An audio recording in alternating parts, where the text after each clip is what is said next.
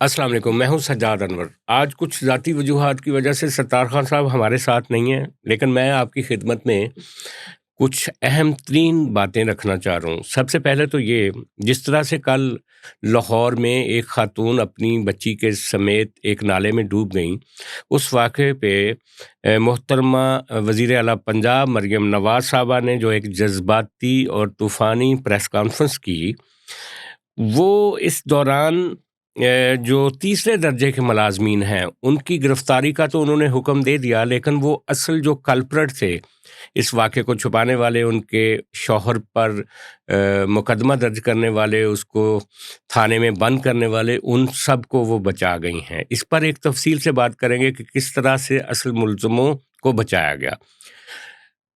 اس کے علاوہ آج ایک انٹرسٹنگ خبر آپ کے ساتھ شیئر کرنا چاہتا ہوں کہ اسٹیبلشمنٹ کے دو انتہائی قریبی اور بہت نمایاں جو صحافی ہیں وہ ایک دوسرے کے سامنے آ گئے ہیں۔ ایک کہتا ہے ڈیل ہوئی ہے، اور ایک کہتا ہے کہ پی ٹی آئی کو ڈیل کی آفر ہو رہی ہے، دوسرا کہتا ہے کہ ایسی کوئی آفر نہیں ہوئی۔ اب ان دونوں میں سچا کون ہے، اس پر بھی بات کریں گے، لیکن سب سے اہم بات یہ کہ پاکستان کے خلاف مختلف طریقے سے مختلف لوگ جو سازشیں کر رہے ہوتے ہیں، ایک نئی سازش یہ سامنے آئی ہے کہ وادی تیرا جہاں پہ لوگوں کو نکالا جا رہا تھا پچھلے دنوں اور بڑا فلیش پوائنٹ تھا، میڈیا میں ڈسکس ہو رہا تھا، اس کے بارے میں کہا جا رہا ہے کہ وہاں پہ امریکی اڈے قائم کرنے کی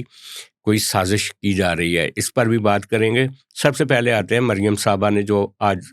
جو کل فیصلے کیے۔ مریم صاحبہ نے اپنا بکر کے دورے کو مختصر کر کے جیسے لاہور پہنچیں اور انہوں نے ایک بہت اعلیٰ سطحی اجلاس بلایا، اس کی براہ راست کوریج آپ سب نے دیکھی، جس طرح وہ غصے میں تھیں، ان کے غصے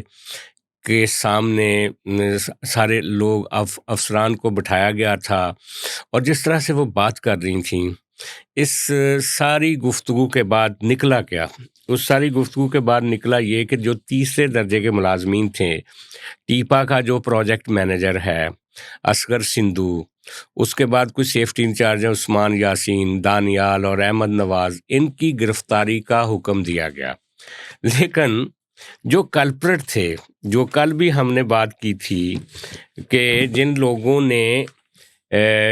4 یا 5 وہ ملزم تھے، جن میں سے ایک نے یہ کہا کہ یہاں پہ تو گہرائی اتنی زیادہ نہیں ہے، یہاں پہ کوئی ڈوب ہی نہیں سکتا، 10 فٹ سے زیادہ کم پانی میں 10 فٹ سے کم پانی ہے، اور لہٰذا یہاں پہ کوئی گرے گا بھی تو ڈوب نہیں سکتا، اور اگر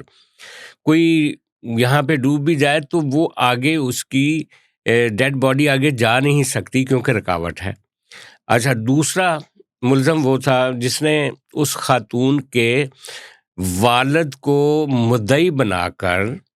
اس کے داماد پر قتل کا الزام لگا دیا، یعنی وہ یہ کہ لڑکی اس جگہ پہ ڈوبی نہیں ہے بلکہ اس کے شوہر نے اس کو قتل کر دیا ہے، لہٰذا اس کے سسر کو مدعی بنا کے اس سے جعلی انگوٹھے لگوائے، زبردستی انگوٹھے لگوائے سادہ کاغذ پہ، اور اس خاتون کا شوہر جو کہ اس صدمے میں تھا کہ اس کی بیوی نالے کے اندر چلی گئی، اس کی بیٹی جو تھی وہ ہلاک ہو گئی، ساتھ ہی اس کو اتنے بڑے ٹراما کے باوجود اس کو تھانے میں لے جایا گیا، کسی پولیس افسر کے خلاف کوئی کارروائی نہیں ہوئی۔ اس کے بعد تیسرا ملزم وہ جس نے اس خاتون کے شوہر کو تشدد کیا اور اس کو بار بار منواتے رہے کہ اپنے آپ کو آپ مانیں کہ آپ نے اپنی بیوی کو قتل کیا ہے، اور اس کے بعد وہ آدمی جس نے ہینڈ آؤٹ جاری کروایا لاہور انتظامیہ کی طرف سے کہ ایسا کوئی واقعہ سرے سے یہاں پہ رونما ہی نہیں ہوا، ان سب کو کلین چٹ دی ہے وزیر اعلیٰ صاحبہ نے، کوئی گرفت میں نہیں آیا ان سب میں سے، اور گرفت میں وہ لوگ آئے جو اس موقع پہ موجود نہیں تھے لیکن ان کا اس واقعے سے کوئی تعلق بنتا تھا، اور جن کا تعلق تھا ڈائریکٹ وہ تھے D I G operation, D I G investigation, D I G آپ کے کمشنر لاہور، ڈی سی اور اے سی، اور اے سی تو وہ آدمی ہے نا جو وزیر اعلیٰ کے سامنے کہہ رہا تھا کہ میں موقع پر میں نہیں گیا. تو ان سارے افسروں کو بچانے کے لیے چھوٹے افسروں کی بھلی دی گئی اور کہا گیا کہ وزیر اعلیٰ صاحبہ نے بہت بڑا کام کر دیا ہے. اچھا، اور ابھی تک جب کہ نیشنل میڈیا پہ یہ خبریں آ رہی ہیں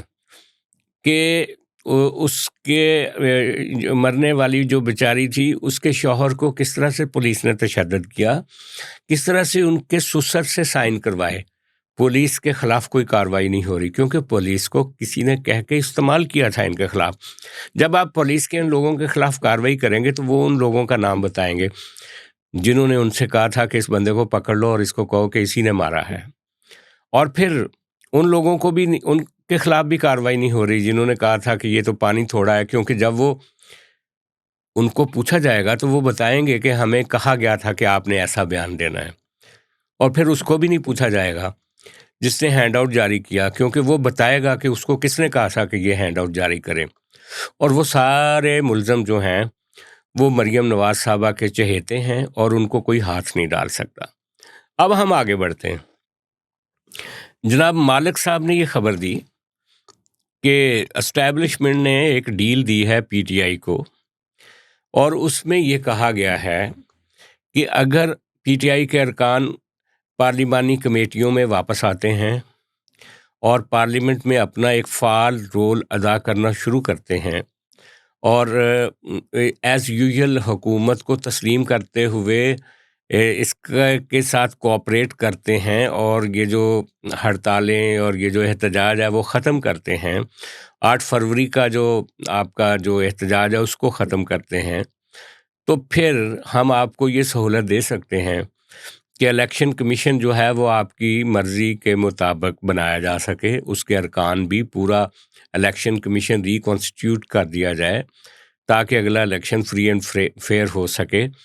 اور اس سے بھی زیادہ بڑھ کے کہا گیا ہے کہ آپ کو یہ جو اسمبلی موجودہ چل رہی ہے اس کو 1 سال پہلے ڈیزالو کر دیا جائے گا اور آپ کو 1 سال پہلے الیکشن دے دیا جائے گا. لیکن جناب منیب فاروق صاحب بھی کسی سے کم نہیں ہیں. وہ کہتے ہیں کہ میرے اسٹیبلشمنٹ سے زیادہ قریبی تعلق ہیں.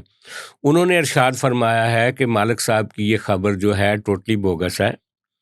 اسٹیبلشمنٹ نے کہا ہے کہ کوئی ایک لمحے کے لیے بھی،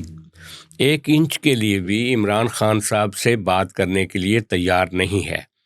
اور نہ ہی ان کو کوئی سہولت دینے کے لیے کوئی اتھارٹی دستیاب ہے.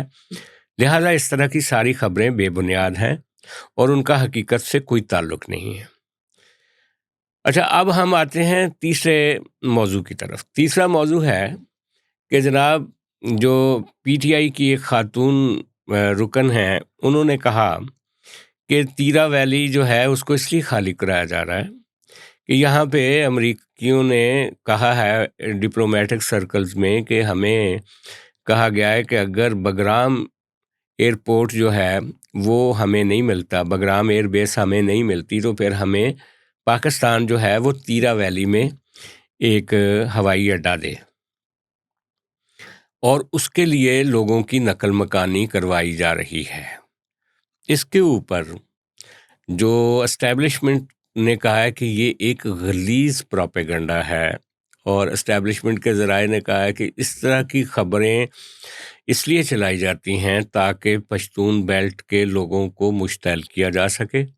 اور ان کو ریاست کے خلاف کھڑا کیا جا سکے. اس طرح سے پاکستان نہ سوچ سکتا ہے، نہ ہی پاکستان کسی کو موقع دے سکتا ہے کہ وہ پاکستان میں آ کے کوئی ہوائی اڈہ بنائے. تو بہرحال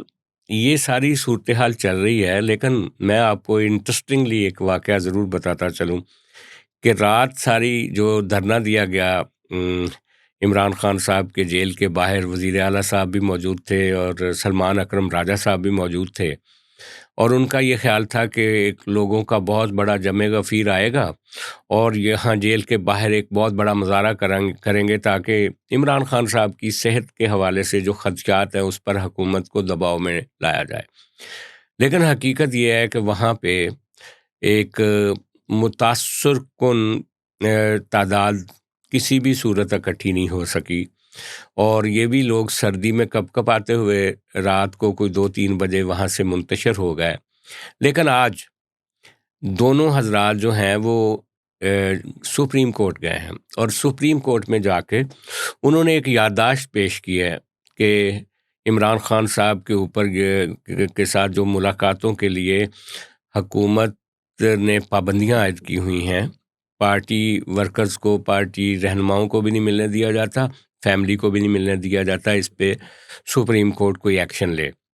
لیکن میں جو انٹرسٹنگ واقعہ آپ کو سنانا چاہتا ہوں کہ ایک وقت تھا جب عمران خان صاحب دھرنا دے رہے تھے میاں نواز شریف کی گورنمنٹ کے خلاف۔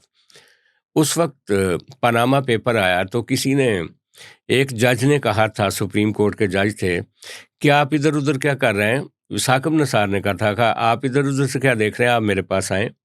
میں آپ کا کیس لگاتا ہوں اور عمران اور میاں نواز شریف کی چھٹی کرواتا ہوں۔ لیکن آج جب عمران خان صاحب جیل میں ہیں تو یہ وہی سپریم کورٹ ہے، وہاں جا کے سپریم کورٹ کے چیف جسٹس کے رجسٹرار کو ایک یادداشت دی ہے سلمان اکرم راجہ نے اور سہیل آفریدی نے، لیکن اس کے اوپر کوئی سنوائی نہیں ہے۔ یہ وقت وقت کی بات ہوتی ہے، جب دروازے کسی کے لیے کھلتے ہیں تو ایسے کھلتے ہیں کہ وہ کہتے ہیں آئیں، ہم آپ کو سننا چاہتے ہیں، اور جب بند ہوتے ہیں تو اس طرح سے ہوتے ہیں کہ آپ وہاں پہ فریاد بھی کر رہے ہوتے ہیں تو کوئی آپ کو سننے والا نہیں ہوتا۔ آج کے لیے اتنا ہی، کل پھر آپ سے ملاقات ہوگی، بہت شکریہ۔